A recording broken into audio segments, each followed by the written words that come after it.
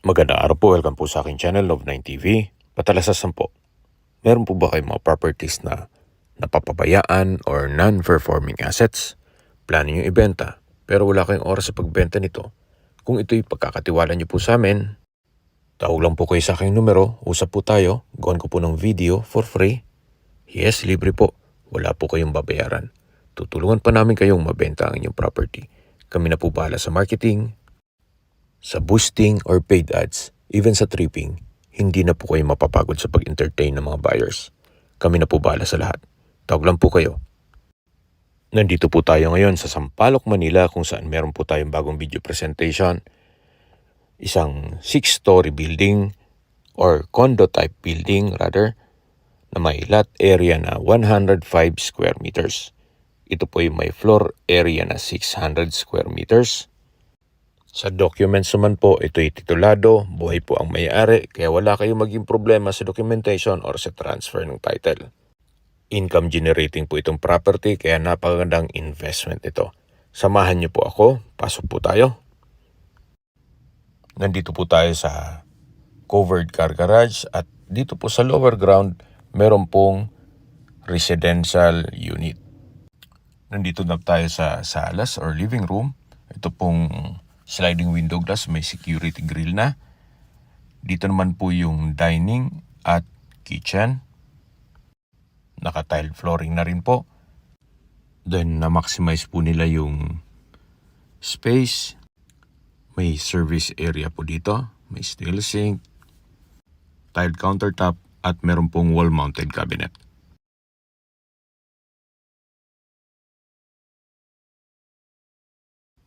Okay, labas po tayo para check natin ibang parte ng bahay.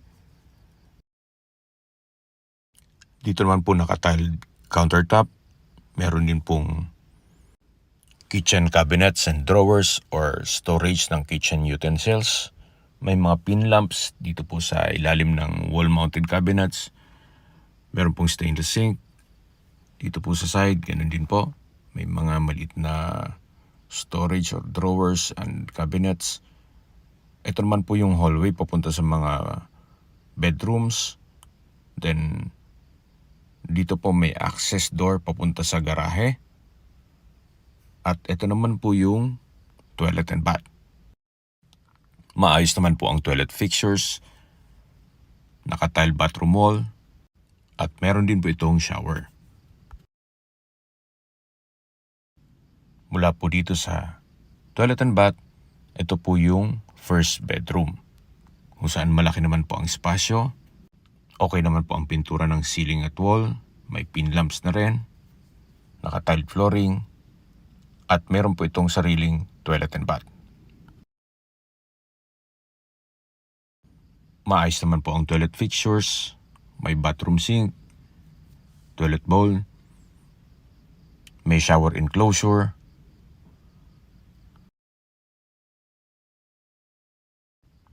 May hot and cold shower. Naka-tile bathroom walls na rin po.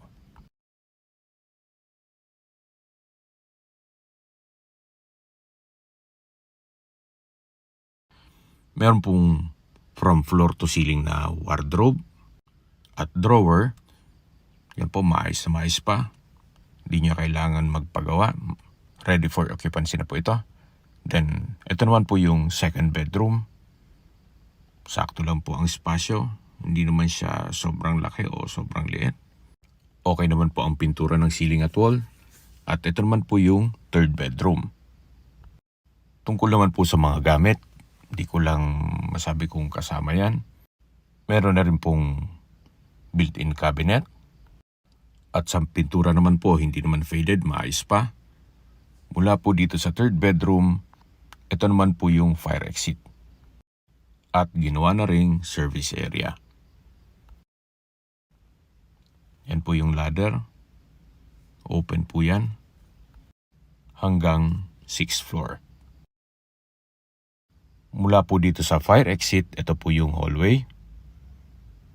Yung natatanaw nyo na window, yun po yung living room or salas. Ito po yung kitchen, yung dining.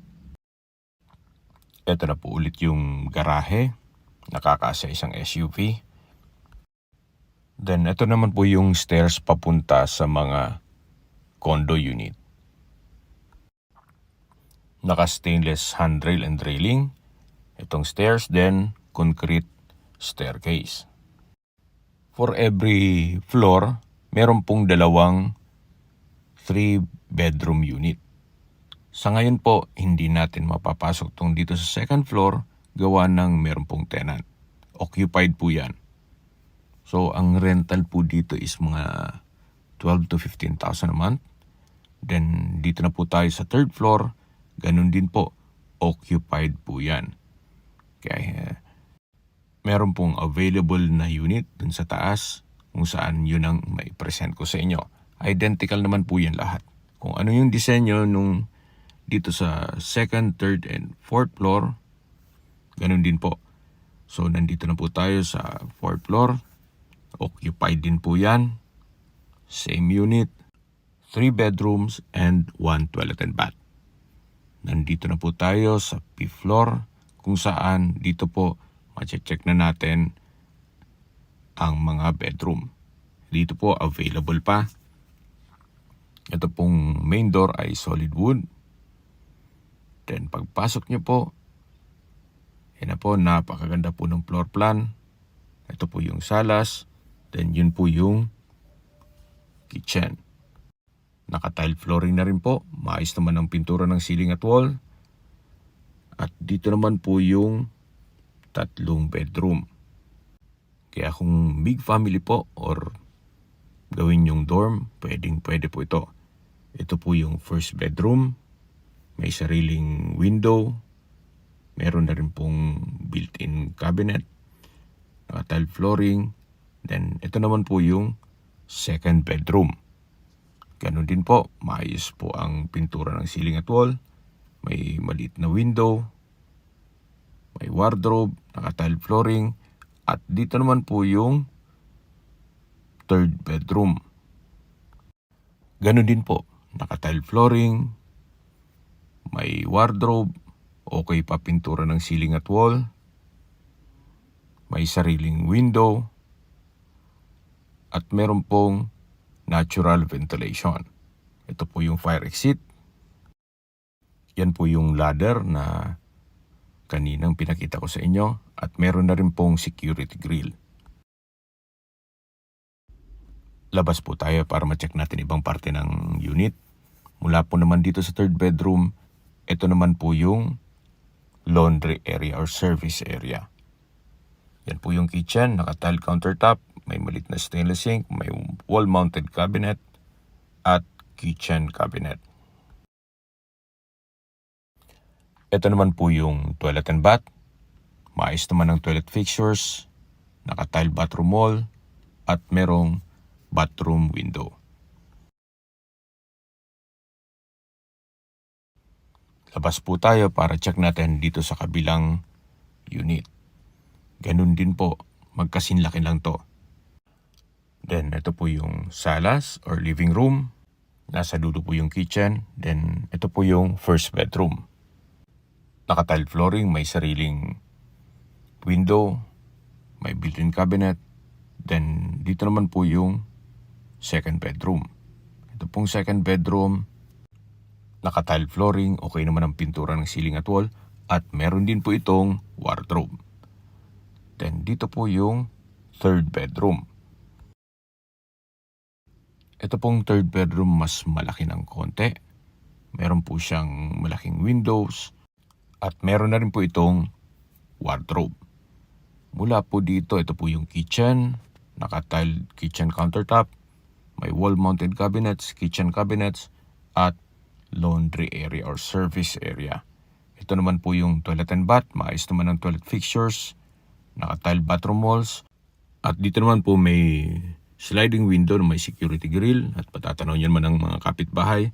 At mamaya po sa roof deck, matatanaw nyo ang 360 degrees ng Metro Manila view. Yan po ulit yung toilet and bath. Yan po yung mga bedroom. Ito yung salas. Paglabas nyo po, meron pong stairs dito papunta sa 6th floor. Ganon din po, naka-stainless handrail and railing na rin. May staircase window. Then dito na po tayo sa 6th floor kung saan naka-tile flooring na rin po. Ito po yung tinutukoy ko sa inyo na dalawang studio type na unit na meron pong sariling toilet and bath. Ayan po, maayos naman. Meron po siyang windows, may kitchen, may wall-mounted cabinets, tile kitchen countertop, stainless sink, at dito naman po yung toilet and bath. Ito pong toilet and bath, maayos naman ang toilet fixtures, may shower, naka-tile bathroom wall, at bathroom window. Meron din po ditong service area or laundry area. At ito naman po yung fire exit. Then meron pong security grill. Yan po yung ladder papunta sa baba.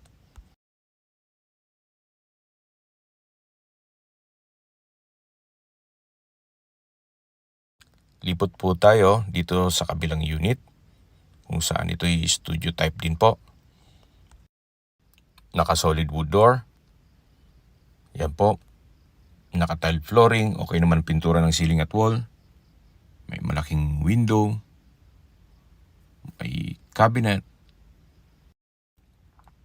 Then dito naman po yung kitchen. Meron pong wall-mounted cabinet. Naka-tile kitchen countertop with stainless sink. At meron din po siyang sariling toilet and bath. Maayos naman po ang toilet fixtures. May shower, bathroom window. At dun po sa kabilang side ay meron pong service area. Mula naman po dito sa studio unit, pag diretso nyo dito sa kabilang side ay merong space na or multipurpose na space na meron pong altar. At dito naman po matatanaw nyo yung view ng Manila. Kung nasa roof deck po, 360 degrees ang view dyan. Location na po tayo. Ito pong property ay located in between PLDT España at Mabuhay Rotonda. Flood-free area po itong area nitong property. Yan po yung roof deck kung saan meron na pong probation for cell site yan. Yan po, napakaganda po nitong property, income generating. Ang monthly income po nito ay 100,000 to 150,000 pesos. Pag punong-puno po, occupied lahat, 150,000 pesos. At meron pong deep well, kaya dalawa po ang source of water dito. May nilad at deep well. Okay, sa presyo na po tayo. Binebenta po ito ni owner sa halagang 28 million pesos net. Kung may mga katanungan kayo or gusto nyo mag-set ng tripping dito sa property na to, tawag lang po kayo sa aking numero. At sa mga kababayan naman natin nasa ibang bansa, meron po akong Telegram, Imo, Skype, Tango, Viber at WhatsApp. Same number lang po, 0917-316-3399. Sana po naibigyan nyo ang aking video presentation. Paki-like and subscribe na lang po sa aking channel para ma-update din po kayo sa aking future listings. Sa lahat pong viewers, subscriber at nagtiwala sa amin, salamat po sa suporta. Ingat po kayo lagi at inyong pamilya. Maraming salamat po. Shoutout po pala kay Mr. Ruten. Boss, thank you very much.